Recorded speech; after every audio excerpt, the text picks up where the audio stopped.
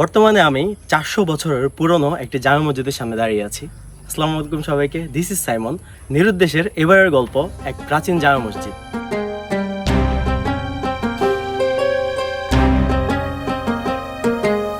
ফেনী জেলার ছাগলনাইয়া উপজেলার চাঁদগাজী বাজারের এক কোণে দাঁড়িয়ে আছে ইতিহাসের নীরব এক মসজিদ। শত শত বছর ধরে এটি শুধু উপন্যাসের স্থান নয়, বরং এই অঞ্চলের ঐতিহ্যের এক গর্বিত প্রতীক। প্রায় 350 বছর আগে 1700 শতাব্দীর দিকে নির্মিত হয় এই মসজিদটি। স্থানীয়দের মতে এই মসজিদটি প্রতিষ্ঠা করেন স্থানীয় শাসক চাঁদগাজী ভূঁইয়া। তিনি ছিলেন মোগল আমলের একজন জমিদার ও সমাজ নেতা, যিনি তখনকার ফেনী অঞ্চলে ইসলামী শিক্ষা ও ধর্মীয় স্থাপনা বিস্তারে ভূমিকা পালন করেন।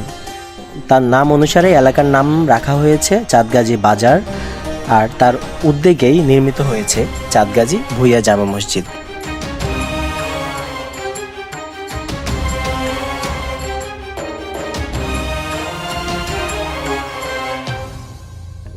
আমার নাম হলো অলিউল্লাহ চৌধুরী, আমার বাবার নাম হলো মরহুম মাহমুদুল হক চৌধুরী। প্রায় 1122 দিকে আরও বিশাল এখানেও কবর ছিল অনেকগুলো ভিতরে। 1993 সালে এই মসজিদ যখন সরকার সংস্কার করে, তখন এটা মানে চিহ্ন হিসাবে তার কবর হিসাবে রেখে দিছে। এটা আমার নানাদের পূর্বপুরুষদের মসজিদ। আমার নানার এই চাঁদগাজী ভূঁইয়ার আওলাদ, ওদিক দিয়ে আমরা এক হিসেবে ভূঁইয়ার আওলাদ। আর আমার দাদা এবং দাদার দিক দিয়ে গেলে আমরা হইলাম চৌধুরী। আমার আব্বা ছিল একজন সাংবাদিক, খেদমতে ছিল আমার মামতো ভাইরা, আমার মামুরা। আমার মামু ছিল আমাদের এখানে পোস্ট মাস্টার, উনি বাজারে থাকতো এবং কি যুদ্ধের সময় উনি যুদ্ধের আগে পরে প্রায় 30 বছর উনি খেদমত করছে। তারপরে প্রায় 25-30 বছর তার ছেলে করছে, এখন অন্যান্যরা করতেছে। যে এখন নামাজ পড়ে গেল আবু তাহের, উনিও প্রায় 30 বছর ধরে আমাদের এই মসজিদে আছে। ধারণা করা হয় হিজরি সালের 1122 খ্রিস্টাব্দে এর নির্মাণ কাজ শেষ হয়। মসজিদের স্থাপত্যে আছে 3টি গম্বুজ, মাঝেরটি বড় ও পাশের 2টি ছোট।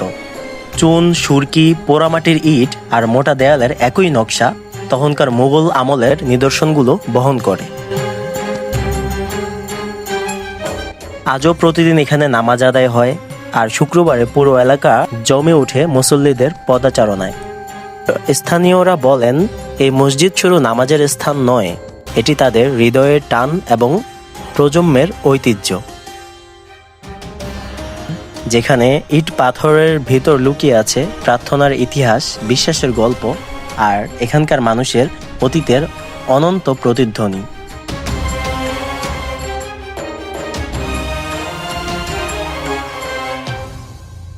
এই মসজিদ শুধু ইট পাথরের দেয়াল নয়, এটা বিশ্বাস, ঐতিহ্য আর সময়ের সাক্ষী।